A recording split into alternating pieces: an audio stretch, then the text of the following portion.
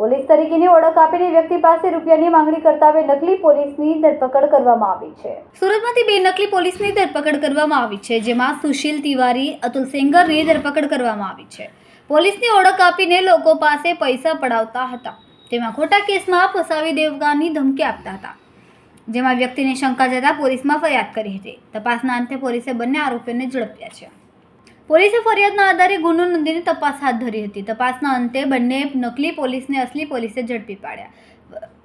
અગાઉ સુરતના વરાછા વિસ્તારમાં જુગાર રમાડવામાં આવે છે, ત્યારે નકલી પોલીસ બનીને 5 આરોપીઓ ત્યાં રેડ કરવા ગયા હતા અને પોલીસ બનીને રેડ કરીને જુગાર રમતા આરોપીઓ દ્વારા કેસ કરવામાં ન આવે તેવું કહેવામાં આવતા સેટલમેન્ટ કરીને આરોપીઓએ ₹1.73 લાખનો તોડ કર્યો હતો અને ત્યાંથી ફરાર થઈ ગયા હતા। જુગારીઓની શંકા જતા અસલી પોલીસનો સંપર્ક કર્યો, જેમાં પોલીસે સીસીટીવીના આધારે નકલી પોલીસને ઝડપ્યા હતા। પોલીસે 3 આરોપીઓની ધરપકડ કરીને 2 આરોપીઓ ફરાર છે। કેમેરામેન સેનિલ વિરાણી સાથે વિશાલ છેઠા, માનવ પ્રભા ન્યૂઝ, સુરત।